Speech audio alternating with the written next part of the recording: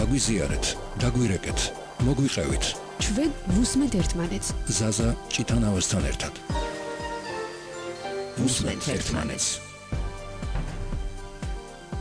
Darsul ბარდება ეპოქა, როცა ახალი თაობა განათლებას მხოლოდ დიპლომის მოსაპოვებლად ღებულობდა, რადგან მერე მინიმუმ საპრაქტიკო განაწილებით მაინც ერგებოდა მინიმალურად დასაქმება.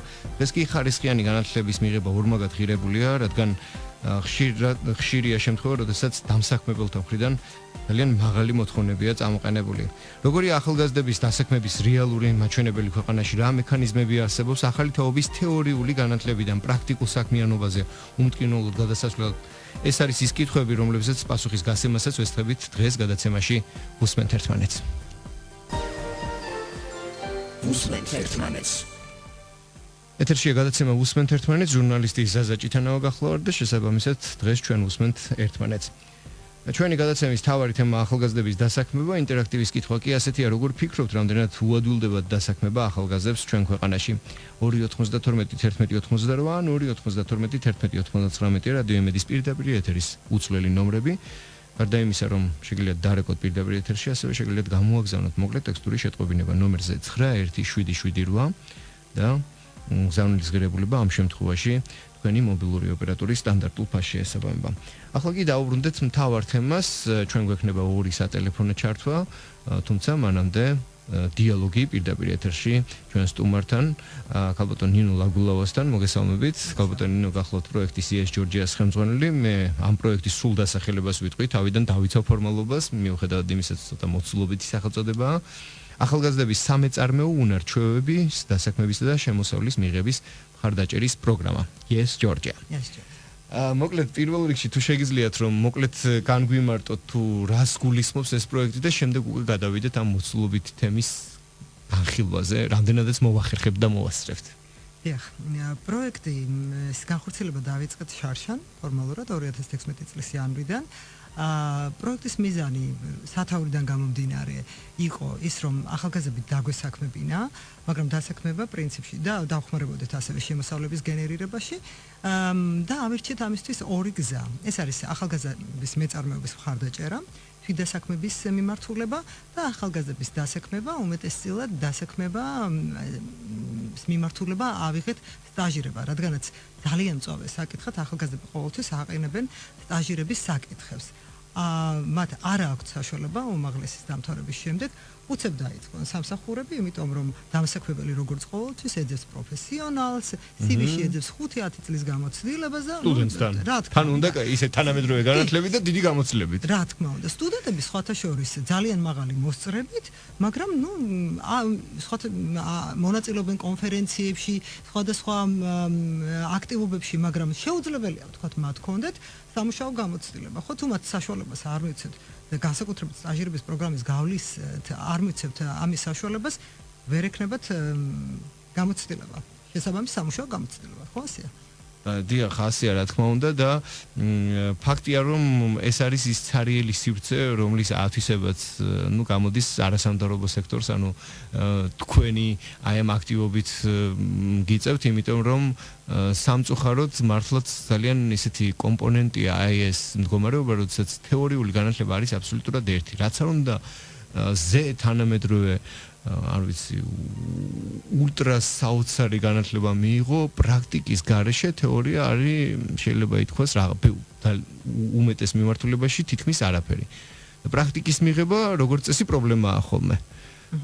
და ამ ხრივ რამდენად გამოგდით აი ეს რომ აი ეს შუალედური რგოლის სივრცე, ასე ვთქვათ, ხელი შეუწყოთ აი ამ პლატფორმას, რომ აი ეს გადასვლა თეორიული განათლებიდან პრაქტიკულ დასაქმებამდე ჩვენ გაგვიჭირდა ზუსტად სტაჟირების მიმართულებით. პირველი კომპონენტი საკმაოდ ეფექტური გამოგვივიდა და ამ თემაზე მე ვისაუბრებ მოგვიანებით მეწარმეების საკითხზე.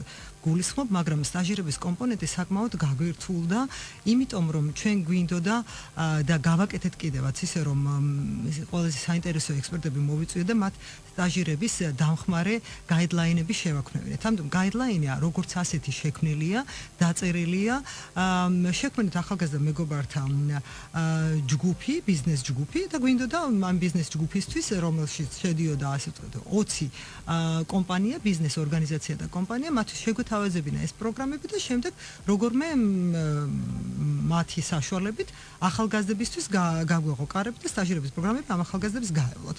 ყველაფერმა ძალიან კარგად ჩაიარა, ვერქშოპებმა, ტრეინინგებმა, აღიჭურნენ ეს ორგანიზაციები და კომპანიები ამ პროგრამებით სტაჟირების, გამოვაცხადეთ კიდევაც ვაკანსიები და მივიღეთ 1000 აპლიკაცია. ანუ 1000 მაძიებელი სტაჟირების პროგრამის გასავლელად იყო მზად. მაგრამ იცით, ვამბობთ, რომ დამნაშავეა ერთი მხარე. პრობლემის მოგვარების მიმართულებით, ხო, მაგრამ არ არსებობს ერთი მხარე, ყველა დამნაშავეა და პატარა დანაშაული, თუნდაც ის, რომ არ ვასწავლეთ ახალგაზრდებს როგორ დაწერონ მოტივაციის წერილი, როგორ შეავსონ CV, გასაგებია, რომ დაგუგლავ და უამრავ ვერსია CV-ს ამოგზავნე, მაგრამ ინგლისური ხო ყველამ არ იცის. და იმდენად დეტალებშიც კი გასამართი იყო ეს მთელი კომპონენტი და შემდეგ უკვე კომპანიებსაც გაუჭირდათ ამ ახალგაზრდების არჩევა, იმიტომ რომ არ იყო აპლიკაციები სრულყოფილი და თვითონაც კომპანიებიც არ არიან მზად. სტაჟირება ასე მარტივი პროგრამის გავლა არ არის, იმიტომ რომ დრო უნდა დაუთმო, კოუჩინგისთვის დრო უნდა დაუთმო, ასწავლო, საქმე მისცე, საკმაოდ რთული საქმე. ამიტომ ეს არის საპასუხისმგებლო საქმეც, ასე ვთქვათ. ეს არის ვთქვათ CSR-ის ნაწილიც, სოციალური პასუხისმგებლობის ნაწილიც, მაგრამ ისიც რომ ბიზნესებმა და არა მარტო ბიზნესმა, ყველა სექტორმა, რომელიც სტაჟიორს აიყვანს, გაიაზროს, რომ ის კარგ საქმეს აკეთებს ახალგაზრდისთვის და ამავე დროს მისთვისაც კარგია, იმიტომ რომ იაფი მუშახელია, სიახლე შემოაქვს. ხო, ეს ეტაპი 2, 3, 4 თვე, ხო? როდესაც პროგრამას გაატარებს. ახალგაზრდებს აბსოლუტურად სხვა ენერგია მაქვს, სხვა სიცოცხლე, ინოვაცია, ინფორმირებულები არიან. ამიტომ პლუსი არის ამ მხრივადაც. აი ეს დაბალანსდეს უნდა და როგორმე ფართოდ უნდა გავუღონ კარი სტაჟიორებს, თუმცა ეს რთული საკითხია, ასე ვთქვათ, ვაღიარეთ. ჩვენს პროგრამაში გვყავდა სტაჟიორი, სტუდენტი იყო, მაქსიმალურად ვეცადეთ დრო გამოგვიყო, ნახევარ განაკვეთზე ემუშავა და ასე შემდეგ. ეს რთული საკითხია, მაგრამ მოსაგვარებელია. დიახ. ასაგებია. ის რომ საქართველოს სინამდვილეში სამწუხაროდ კონკრეტიკისგან თავში შევიკავ, ზოგადად ცუდი პრაქტიკას დამკვიდრდა, იგივე ამ სტაჟიორობიდან გამომდინარე. სტაჟიორად ყავთ ადამიანები არ 1 და 2 თვე, არამედ წლობით ლამის და ამუშავებენ 1 და 2 თვიანი სასტაჟიორო შეთანხმების დონეზე ფინანსური ანაზღაურებით. ეს უკვე თალკე დასაქმების თუ შრომის უფლებების დარღვევის რაღაცა უხეში პრეცედენტია, რომელსაც ალბათ უნდა მოეღოს ბოლო და მოგვარდეს, თუმცა ეს თალკე საკითხის განხილვა უბრალოდ ასე ვთქვათ რეპლიკის სახით თქვენ რო ახსენეთ. მავნე პრაქტიკა. აღნიშნე, რა თქმა უნდა, ეს მავნე პრაქტიკა უნდა გაქრეს. ჩვენ ახლა ერთი სატელეფონო დიალოგი გვაქვს 2-დან 1-1, როგორც რადიო სენელს დავპირდით, უჩა ვარამაშვილს გავესაუბროთ, კურსასმენი მოერგეთ თუ გნებავთ. მრჩეველს ახალგაზრდების ჩართულობის საკითხებში. საღამოშიდობისა ბატონო უჩა. გამარჯობათ, მოგესალმებით. გამარჯობა, რადიო სენელს ვეტყვის, რომ თქვენი პროგრამა, სადაც თქვენ მრჩეველი ბრძანდებით ახალგაზრდების ჩართულობის საკითხში დაფინანსებულია USAID-ის მიერ, პროგრამის სახელწოდება ზრდა და მის შესახებ სანამ დიალოგს დავიწყებთ 2-20 სიტყვით ძალიან მოკლედ თუ შეგიძლიათ აუხსნათ რადიო სენელს. კი ბატონო, ნამდვილად ასეა. USAID-ის ზრდა პროგრამა დაიწყო დაახლოებით 1 წლის წინ და მომავალი 4 წლის განმავლობაში მუშაობს საქართველოს სხვადასხვა რეგიონებში. პროგრამა ვიწროდ არ მუშაობს კონკრეტულად დაუშვათ ახალგაზრდობის საკითხებზე. პროგრამის ძირითადი მიზანი არის იმ რეგიონებში და თემებში, სადაც პროექტის დაფარვის ზონა არის, მოხდეს ეკონომიკური განვითარება, სამუშაო ადგილების შექმნა, ადგილობრივი ბიზნესის განვითარება და ასე შემდეგ. თუმცა აი ამ ყველა ჭრილში რა მიმართულებითაც პროგრამა მუშაობს, განიხილება ახალგაზრდული საკითხებით, ახალგაზრდების მონაწილეობის საკითხებით და სწორედ აი ამიტომ ჩვენს ვთქვათ გვეთქმის სიტყვა ახალგაზრდობის მიმართულებით. გასაგებია. რადგან თქვენ გაქვთ ასეთი სტატუსი მრჩეველი ახალგაზრდების ჩართულობის საკითხებში, ინფორმაციას შესაბამისად ამ მიმართულებით დიდი რაოდენობით უნდა ვფლობდეთ და ჩვენი რადიოს შეზღუდული ეთერის დროის განმავლობაში, აი 2 წლის განმავლობაში თუ შეგვიძლია ვთქვათ მიმოვიხილოთ და შევაფასოთ რა ვითარება გვაქვს ამ სივრცეში და ამ ბაზარზე დღესდღეობით ქვეყანაში. კი ბატონო, ახალგაზრდების ზოგადად მონაწილეობა როგორც სამოქალაქო სოციალურ აქტივობებში, ასევე მათი დასაქმების პრობლემა დგას ძალიან მწვავედ. დასაქმების კუთხით შევჩერდები და გეტყვით, რომ ბოლო რამდენიმე წელია მიუხედავად იმისა, რომ გვაქვს ცვლილებები ზოგადად მოსახლეობის დასაქმების კუთხით, ახალგაზრდების ინდექსი დასაქმების მიმართულებით არ მცირდება.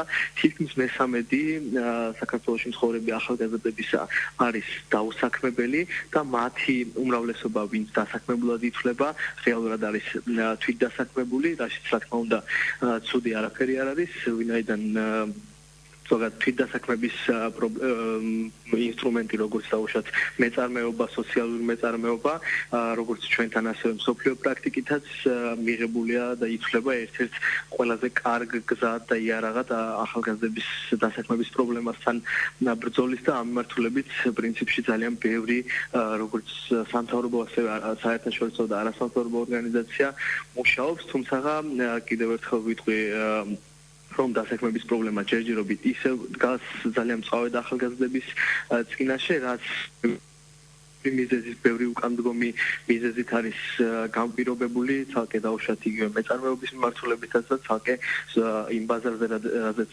ცოტა ხნის წინ თქვენ საუბრობდით, იგივე კომპეტენციების სათანადოდ არ ქონა ახალგაზრდებში, როგორც ერთი პრობლემა, მეორე პრობლემა სამუშაო ადგილების ნაკლებობა, თუმცა ის შესაძლებლობები, რაც არსებობს შრომის ბაზარზე, უჭირთ ახალგაზრდებს მათი გამოყენება, რისი უპირველესი პრობლემაც ასე ვთქვათ არის სათანადო კომპეტენციების არ ქონა მათთვის. ასევე რა თქმა უნდა ბევრია სასაუბრო ფორმალური განათლების საკითხებზე, იმ ცოდნაზე, რასაც იღებენ ფორმალური სასწავლო გადაწესებულებების კურსდამთავრებული ახალგაზრდები, ეს უმაღლესი სასწავლებლები იქნება თუ პროფესიული სასწავლებლები.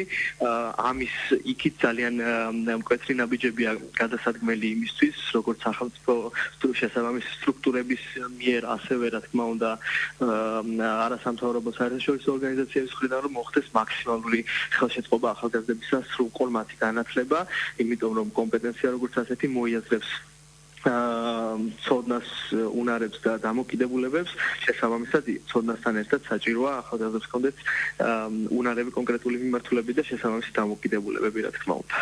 ჩვენ დიალოგის მიწურულს როგორ იქნება თქვენი რჩევა, ბატონო, ახალგაზრდების მიმართ, რომლებიც დასაქმების მაძიებელნი არიან? პირველ რიგში მე ახალგაზრდებს ურჩევდი, რომ მაქსიმალურად იყვნენ აქტიურები, გარდა იმისა, რა თქმა უნდა, პირველ რიგში ფორმალურ სასწავლო დაწესებულებებში უნდა მიიღონ ხარისხიანი განათლება და ამას თვითონაც უნდა შეეცადონ, ამასთანავე მაქსიმალური მონდომებით მიიღონ მონაწილეობა იმ სხვადასხვა არაფორმალური განათლების აქტივობებში, რასაც ასე თუ ისე მრავლად თავაზობს, როგორც სახელმწიფო ორგანიზაციები, ეს იქნება ადგილობრივი თვითმმართველობის თუ ცენტრალური ხელისუფლების სხვადასხვა პროგრამები, ეს მეწარმეობის პროგრამები იქნება თუ ასე შემდეგ და ასევე ძალიან ბევრი არასამთავრობო ორგანიზაცია, რაც რეალურად იმ თავისუფალი დროის, რაც ახალგაზრდებს რჩებათ სკოლის შემდგომ, დაუშვათ უნივერსიტეტში ლექციების შემდგომ, ეს დრო არ დაიკარგოს ფუჭად და მოხმარდეს მაქსიმალურად ეფექტურად გამოყენებას, საიდანაც ისინი მიიღებენ შესაბამის კომპეტენციებს და აი ამ პროგრამაში მონაწილეობით უჩნდებათ შემდგომი ჩანაწერები CV-ში, შესაბამისი უნარები და შესაძლებლობები, რაც დამხმარე ინსტრუმენტია, როგორც წესი დასაქმებისთვის. გასაგებია. დიდ მადლობას მოგახსენებთ, ბატონო ჩა. პირიქით დიდი მადლობა თქვენ. მადლობა, ვარამაშვილი, მრჩეველი ახალგაზრდების ჩართულობის საკითხებში გვერდებოდა პირდაპირ ეთერში და ახლა განვაგრძობთ დიალოგს სტუდიაში მყოფ ჩვენ სტუმართან ქალბატონ ნინო ლაგვილავასთან, რომელიც პროექტის Yes Georgia ხელმძღვანელია. ქალბატონ ნინო, სანამ გავაგრძელებ ასე ვთქვათ იმ კითხვას, რომელზეც ფიქრობდი, რომ დამესვა, რადგან ახლა ბატონმა უჩამაც ახსენა CV თქვენც ამაზე გაამახვილეთ ყურადღება. და რადგან მე კითხვა დაუსვი ბატონ უჩას რას ურჩევდა ახალგაზრდას. თქვენი რჩევა როგორ იქნება CV-სთან მიმართებაში? შეიძლება ცოტა ესეთია, მაგრამ ძალიან მნიშვნელოვანი დეტალია, რადგან როგორც წესი, როდესაც ორგანიზაციას თვითონ აქვს CV-ის ფორმა და გთხოვს ის აპლიკაციაში ავსო, იქ გასაგებია და მარტივია. მეორეს მხრივ, სადაც არ უნდა მიხვიდე ამ საქმიანობაში ჩართულ კონკრეტულ ორგანიზაციებთან, ყველას აქვს თავისი ფორმა და ამბობს, რომ აი ეს არის კლასიკა, აი ასე უნდა იყოს, აი ასე უნდა იყოს. ამაში ძალიან მინიმალური არის ნიუანსების ხოვება CV-ში, მაგრამ ახმადობა ძალიან დიდი მნიშვნელობა აქვს, ხო? ფორმას ხომ არ აქვს დიდი მნიშვნელობა, მნიშვნელობა აქვს შინაარს. რა თქმა ჩვენ უნდა. ვლაპარაკობთ შინაარზე, ხო? აი უჩამაც ახსენა, რომ ფორმალური და არაფორმალური განათლება. ყველაფრის საფუძველი არის განათლება. იქნება ეს ფორმალური თუ არაფორმალური. და ამბობს უჩამაც თქვა, რომ ყველა დრო გამოიყენო განათლდე, თვით განათლდე, ან და არის უამრავი საშუალებები, ჩვენი პროექტიც იძლევა, ხო? იმის საშუალებას, რომ მეწარმეობის მიმართულებით ახალგაზრდა მეწარმეთა სკოლაში რამოდენიმე თვიანი კურსი გაიარო, მიიღო ცოდნა და საერთოდ შეიძლება იმ უნივერსიტეტში მიღებული ცოდნა აღარც დააგჭირდეს, აი ამ რამოდენიმე თვიანი ცოდნით და მიღებული გამოცდილებით ჩვენი ბიზნესი დაიწყო თავისუფლად. მაგრამ თქვენს კითხვას უპასუხებ ისე არის სტანდარტული სივები, რომელსაც ძალიან კარგად ლოგიკურად და სხვათა შორის სივის შევსების დროს დამსაქმებელი ძალიან დიდ მნიშვნელობას ანიჭებს დეტალებს. როგორი აკურატული ხარ, როგორი ზუსტი ხარ, საქმესაც ასე უტკები, ხო, ადამიანი. აქედან გამომდინარე ეს დეტალი არ არის, მაგრამ ფორმასთან ერთად აუცილებლად შინაარსობრივი მხარე გასათვალისწინებელია და ისევ და ისევ ამბობთ, რომ სკოლიდან მოყოლებული უმაღლეს სასწავლებლებში თუ ისწავლიან არაფორმალურ ნაწილში თუ მიიღებენ ცოდნას, ეს კომპლექსში ყველაფერი უნდა გამოიყენონ და ასახონ თავიანთ დოკუმენტებში. სანამ გადაცემის პირველი ნაწილი დასრულდება, მე მგონი დაახლოებით 2 წუთი გვაქვს და ამ 2 წუთში თუ შეგიძლიათ მოკლედ რო აუხსნათ სტუდენტებს თუ ახალგაზრდებს, როგორ შეიძლება სამეწარმეო პროგრამაში თქვენთან ასე ვთქვათ ჩაერთონ და რა მექანიზმები არის მათ მონაწილეობის. ჩვენი პროექტი სხვათა შორის მონაწილეობითია იმის მხრივ, რომ აი თქვენ არასამთავრობოს ახსენეთ ორგანიზაცია, არა მარტო ფონდი კრისტალი იღებს მონაწილეობას, არამედ ამერიკული ორგანიზაცია PH International-ის ფილიალი საქართველოში, ასევე მისო კრისტალი, რომელიც თანადაფინანსების სახით გამოყოფს თანხას, რომ სტარტაპები დაფინანსდეს და USAID-ის მხარდაჭერილია ეს პროექტი.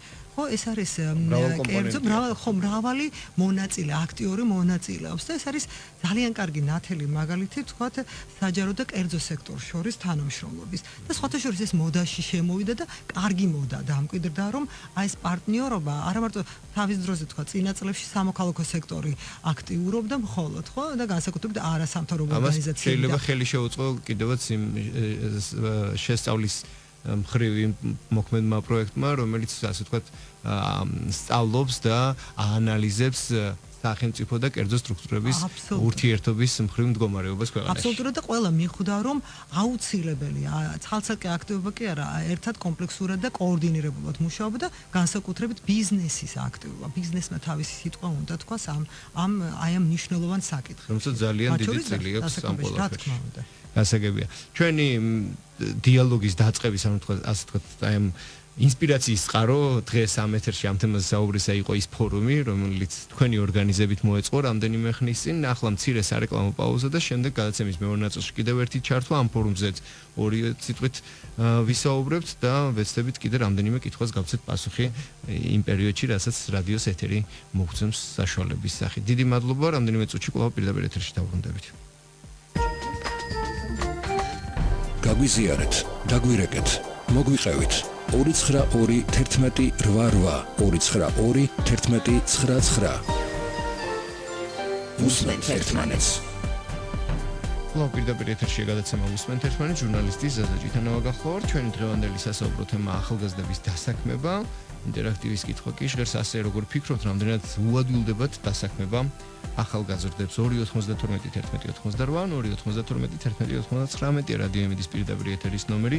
თუ გექნებათ სურვილი რომ ამ თემასთან დაკავშირებით გამოთქვათ თქვენი აზრი, დასვათ კითხვა, ჩვენ სიამოვნებით მივიღებთ თქვენ ზარს და მოვისმენთ დარეკეთ ნომრებზე 2921188 ან 2921189. გარდა ამისა შეგიძლიათ გამოაგზავნოთ მოკლე ტექსტური შეტყობინება ნომერზე 917778 გზავნის ღირებულება თქვენი მობილური ოპერატორის სტანდარტულ ფასს შეესაბამება და ასევე შეგახსენებთ რომ გადაცემის ამ ნაწილში ჩვენი გადაცემის თემატიკიდან და არსიდან გამომდინარე შეგიძლიათ ვისარგებლოთ პირდაპირ ეთერში დარეკოთ და ისაუბროთ იმ სოციალური ტიპის პრობლემაზე, რომელიც თქვენ გაწუხებთ, ჩვენ კი ვესწრებით დავაკავშიროთ შესაბამის სახელმწიფო სამსახურებს, რომლებსაც ასე თუ ისე ძალუძს თქვენი სოციალური ტიპის პრობლემის გადაჭრა. მოკლედ ასე ვთქვათ, ფორმალური მხარეები მოვაგვარეთ. კიდევ ერთხელ შეგახსენებთ, რომ ახალგაზრდების დასაქმების თემაზე ვსაუბრობთ. სტუდიაში ჩვენ ყავს სტუმრად ქალბატონი ნინო ლაგვილავა, რომელიც პროექტის ჯორჯია ხელმძღვანელია. ერთი სატელეფონო დიალოგი გქონდა, ახლა გადაცემის მეორე ნაწილი მომდევნო მეორე სატელეფონო დიალოგით დავიწყოთ. ხაზია ბატონი რევაზ ჯაველიძე, სპორტისა და ახალგაზრდობის საქმეთა მინისტრის მოადგილე. საღამოშვიდობით ბატონი რევაზ. მოგესალმებით და მივესალმებით თქვენს. უღრმესი მადლობა, რომ მოახერხეთ და გვერდთვებით პირდაპირ ეთერში. ბატონი რევაზ, თქვენი შეფასება, თქვენი ხედვა და თქვენი დასკვნა როგორია დღეისთვის? თქვენ ბრძანდებით ადამიანი, რომელიც სახელმწიფო სექტორში ხართ და იმ გადმოსახედიდან ხედავთ ამ მდგომარეობას, აქ არსებულ პრობლემებს, როგორ შეფასებას აძლევთ ზოგადად ახალგაზრდების დასაქმების მხრივ ქვეყანაში არსებულ მდგომარეობას? მადლობა, რომ მომეცა შესაძლებლობა მიმართოთ თქვენს მსმენელს. დავიწყოთ იქიდან, რომ ზოგადად სახელმწიფოში არსებული მდგომარეობა დასაქმების კუთხით, რა თქმა უნდა, სერიოზული პრობლემა არის, განსაკუთრებით ახალგაზრდობის. არ ვიცი გაჟღერდა თუ არა გარკვეული სტატისტიკა, მაგრამ შარშანზე ჩატარებული კვლევის შედეგად ახალგაზრდების, რომელიც ასაკი არის 14-დან 29 წლის ჩათვლით, აღნიშნავენ, ამ 34% არის ამ ახალგაზრდების, ის აღნიშნავს, რომ ისინი დასაქმებულები არ არიან. ეს საკმაოდ მაღალი ციფრები არის, განსაკუთრებით იმის გათვალისწინებით, რომ ევროპაში ეს ციფრი დაახლოებით 13-14%-ში ადგენს. ძალიან სერიოზული გამოწვევაა ჩვენი სამინისტროსათვის, რადგან ფიქრობთ, რომ გასააქტიურებელია უფრო მეტად პროგრამები, რომელიც ფოკუსირებული არის ახალგაზრდების დასაქმებაზე. მე შემიძლია ვიმჯელო იმ პროექტებზე, რომელსაც ჩვენ ვახორციელებთ ჩვენი სამინისტროს ფარგლებში. და ვფიქრობ, რომ სასურველი არის, რომ მსგავსი ტიპის პროგრამები არა მხოლოდ სახელმწიფოს მხრიდან ფინანსდებოდეს, არამედ მათში უფრო აქტიურად იყოს ჩართული ერძო სექტორი, არასამთავრობო სექტორი, იმიტომ რომ ეს პრობლემა არ არის მხოლოდ კონკრეტული სახელმწიფო ინსტიტუციის, არამედ მთელი ქვეყნის. ჩვენმა სამინისტრომ რამოდენიმე კვლევა ჩაატარა, ლაპარაკობ 4-5 წლის წინ, როდესაც ცდილობდით გაგვერკვიოთ კონკრეტულად როგორ შეგვეძლო ჩვენ სამინისტროს ამ შემთხვევაში დასაქმების თემატიკაზე ეფექტიანი პროგრამების განსახორციელებლად და აღმოაჩინეთ, რომ სოციალური მეწარმეობის მხარდაჭერა იყო ერთ-ერთი მიმართულება, რომელიც იმ მომენტისათვის იყო მიზანშეწონილი. მინდა აღნიშნო აუცილებლად, რომ ამ 4 წლის განმავლობაში ჩვენმა ბავშვთა და ახალგაზრდების განვითარების ფონდმა 42 სოციალური საწარმო დააფინანსა და ძალიან წარმატებული შედეგი გვაქვს გამომდინარე იქიდან, რომ ამ ორგანიზაციების მდგრადობა საკმაოდ მაღალი არის, დაახლოებით 90% ისევ განაგრძობს ფუნქციონირებას, ეს ერთი და მეორე მხრივ მიღწეული იყო ძალიან მნიშვნელოვანი მიზანი. ადგილობრივ თემებში ახალგაზრდების დაკავება, მათი კომპეტენციების განვითარება, ადგილობრივი თემების განვითარება და ძალიან მნიშვნელოვანი არის. და გარკვეულწილად ამ დასაქმებამაც ადგილობრივად ხელი შეუწყო ახალგაზრდების უფრო მეტ ფოკუსირებას რეგიონულ პრობლემების მოგვარებაზე და მიგრაციის პროცესის შეჩერებას. მაგალითად შემიძლია გითხრათ, რომ 42 პროექტში, რომელიც დაფინანსდა და დღესდღეობით დასაქმებული არის 300-მდე ახალგაზრდა, ხოლო ბენეფიციართა რაოდენობა ცოტა უფრო მეტი იყო, დაახლოებით 500. ეს ერთი მიმართულება. მეორე, რასაც ვთვლით, აუცილებელი არის რომ გაკეთდეს, ეს არის სწორი პროფესიული ორიენტაცია და კარიერული დაგეგმვა. ამ მიმართულებითაც ჩვენ სამინისტრო შემუშავებული ძალიან კარგი პლატფორმა myprofession.gov.ge, რომელზეც განთავსებული არის საკმაოდ ამომწურავი ინფორმაცია, რომელსაც ახლა ამ ეტაპზე ვთქვით, რომ მიზანშეწონილი მიეწოდოს ახალგაზრდებს, რათა მათ სწორი შეფასება გააკეთონ, როგორ უნდა დაგეგმოს საკუთარი კარიერა. სწორი არჩევანი გააკეთონ პროფესიებთან დაკავშირებით, მიიღონ ცოტათი უფრო მეტი ინფორმაცია ამ პროფესიებთან, როგორ შეიძლება გამოყენებული იქნას ეს პროფესიები, დასაქმების კუთხით და ასე შემდეგ. კვლევების არის იქ ასევე ტესტებიც არის, ასე რომ ვფიქრობ, ჩვენი ახალგაზრდებისათვის საკმაოდ საინტერესო პორტალი არის. და მესამე, არაფორმალური განათლების გზით გარკვეული უნარჩვევების განვითარება, რაც აუცილებელი არის დასაქმებისათვის, ლაპარაკი არის გარკვეული სოციალური უნარჩვევების განვითარებაზე, სამეწარმეო კომპეტენციის განვითარებაზე. აი ეს მიმართულებებია, რომელზეც ჩვენი სამინისტრო ამჯერად ამ ეტაპზე განსაკუთრებით ამახვილებს ყურადღებას. გასაგებია. ერთ კითხვასაც დაგისვამთ, ძალიან საინტერესო არის ის მდგომარეობა, რასაც თქვენ ისაუბრეთ და ის აქტივობები, რასაც თქვენ აწარმოებთ. თუმცა სტატისტიკაზე საუბრობდით და ფაქტია რომ თლად სახარბიელო მდგომარეობა ახალგაზრდების დასაქმების ქვეყანაში არ არის, გასაგებია ისიც რომ ზოგადად დასაქმების პრობლემაც გლობალური მასშტაბით ქვეყანაში ასე ვთქვათ მწვავე საკითხია. თქვენ კონკრეტულად თქვენი სამინისტროს საქმიანობაზე ისაუბრეთ და ხო არ შეგიძლიათ გითხრათ უახლოესი მომავლისთვის კონკრეტულად ახალგაზრდების დასაქმების მხრივ როგორი ტიპის სტრატეგიით გეგმავს ზოგადად სახელმწიფო მთლიანობაში და არა კონკრეტულად და ლოკალურად თქვენი უწყება, არამედ ერთობლივად სახელმწიფო სტრუქტურები და მთავრობა ამ პრობლემის მოგვარებისთვის, ასე ვთქვათ, როგორი ტიპის სტრატეგიით აპირებს მოქმედებას, რომ და რა გეგმები აქვს უახლოესი, ასე ვთქვათ, ან მიზნები ამ მდგომარეობის მოსაგვარებლად თუ შესამსუბუქებლად და გამოსასწორებლად. კეთილი მოგახსენებ, შევეცდები ჩემი მხრივ რაღაც გარკვეულწილად ამომწევრად გიპასუხო, თუმცა რა თქმა უნდა სხვა უწყებების მონაწილეობა და მათი მხრიდან უკავშირის მიღებაც მიზანშეწონილია. მე თქვენ ახსენეთ ძალიან მნიშვნელოვანი სიტყვა სტრატეგია. სამწუხაროდ დღესდღეობით არ არსებობს ასეთი კონკრეტული დოკუმენტი, რომელშიც გაწერილი არის გინდა კონკრეტული უწყებების აქტიურად, ვთქვათ, კონკრეტული ფუნქციები, თუ მათი ჩართულობა როგორი შეიძლება იყოს ამ მიმართულებით. ისევე როგორც რისი გაკეთება შეუძლია ვთქვათ არასამთავრობო სექტორს ან კერძო სექტორს. ვფიქრობ, პრობლემის მოგვარება მხოლოდ სამხრივად ერთ-ერთი მხარის მონაწილეობით შეუძლებელი იქნება. მე პირადად მივიჩნევ, რომ ის სტრატეგია, რომელიც ჩვენ შეგვიძლია შევიმუშაოთ და დასაქმების ფორუმზე სხვადასხვა გაჟღერდა იდეა, რომ დაიწეროს ასეთი სტრატეგია. ჩვენ მზად ვართ ჩვენი სამინისტრო მათ შორის მონაწილეობა მივიღოთ ეს დოკუმენტი შეიქმნას. რა თქმა უნდა, შიდა უწყებრივი თანამშრომლობაც სხვადასხვა უწყებებთანაც, ხელისუფლებაში სხვა სამინისტროებთან ამ საკითხებზე ფოკუსირებულ უწყებებთან ძალიან აქტიურად გვაქვს და ხშირად ხდება ხოლმე, როდესაც განვიხილავთ საკმაოდ ღიად იმ პრობლემებს, რომელიც არის და როგორ ფიქრობთ, როგორ მოგვარდეს. თავისთავად ეკონომიკის სამინისტროს აქტიური მონაწილეობა, განათლების და მეცნიერების სამინისტროს მონაწილეობაც ძალიან პრინციპული არის და ჩვენ ვხედავთ არაერთ ნაბიჯს, რომელიც გადაიდგა სხვადასხვა პროგრამების ფარგლებში, რომელიც იქნება ეს აწარმოებს საქართველოს თუ სხვა. ასევე ისიც ძალიან მნიშვნელოვანი პროექტი ხორციელდება მსოფლიო ბანკთან ერთად, ეს არის ტექნოპარკების მშენებლობის კუთხით, ორი უკვე არსებობს და ბევრი კიდე იგეგმება. ეს სივრცეები და ეს სერვისები იქნება იმისათვის, რომ ახალგაზრდებს ჰქონდეთ შესაძლებლობა მიიღონ ინფორმაციას, შეძლონ საკუთარი იდეების მატერიალიზება, კაპიტალიზება, ასე ვთქვათ, კონკრეტული პროექტების სახით და შეძლების დაგვარად სახელმწიფო ცდილობს რომ დააფინანსოს მსგავსი ტიპის პროგრამები უკვე იმ დაფინანსებების ფარგლებში, რომელიც არსებობს. გამეორდები, რა თქმა უნდა, დასაწყისში ვახსენე, პრობლემა არის, ერთი ხელისმოწმით ვერ მოგვარდება, თუ კი არ იქნება ასეთი ფართომასშტაბიანი თანამშრომლობა სხვადასხვა უწყებებს შორის. გასაგებია და მით უმეტეს იგივე ამ ფორუმმა აჩვენა, რომ ბევრი მონაწილე მზადა აქტივობისთვის და ალბათ ეს ტალღა უნდა გამოიყენოს მთავრობამ იმისთვის, რომ ერთხელ და საბუდავოდ სწორად მოვაგვაროთ ეს პრობლემა. უღრმეს მადლობას მოგახსენებთ იმისთვის, რომ ჩაგვერთეთ პირდაპირ ეთერში ბატონო რევაზ. დიდი მადლობა წარმატებებს გისურვებთ. მადლობა რევაზ ჯაველიძე, სპორტისა და ახალგაზრდობის საქმეთა მინისტრის მოადგილე გვესაუბრებოდა პირდაპირ ეთერში რადიო მსმენელია ხაზზე და მას მოусმინოთ. საღამოშვიდობისა გისმენთ. საღამოშვიდობის. გისმენთ და ძალიან გთხოვთ მოკლედ ჩამოვაყალიბეთ თქვენი აზრი, გისმენთ. მე ვარ 75 წლის, შვილი მყავს, ბიჭი 28 წლის, ოჯახში დამთავრებული, უზენაეს სტაჟირება გავლილი, ადვოკატი, სერტიფიკატის მქონე საარჩევნოსი და ღებულობს მონაწილეობას ვაკანსიებზე, იმარჯვებს, მაგრამ გასაუბრების შემდეგ არცად არ ასაქმებენ. რამდენი წელია ეს და რა უნდა ქნას ასეთმა ახალგაზრდამ. გასაგებია. დიდი მადლობა, კონკრეტული პრობლემა, კონკრეტული კითხვა. მართალია ჩვენ ახლა ახალგაზრდების თემაზე ვსაუბრობთ და როგორც წესი, ამ შემთხვევაში აქცენტი გვაქვს უმაღლეს განათლება ახლად მიღებული ახალგაზრდები გვაქვს ხედველობაში, თუმცა 27 წლის ადამიანი რო ვერ ახერხებს ამგვარად დასაქმებას, ეს ცალკე პრობლემაა კიდე და ეს პრობლემა, ასე ვთქვათ, აქტიურია. მორიგი მსმენელია კიდევ ხაზზე.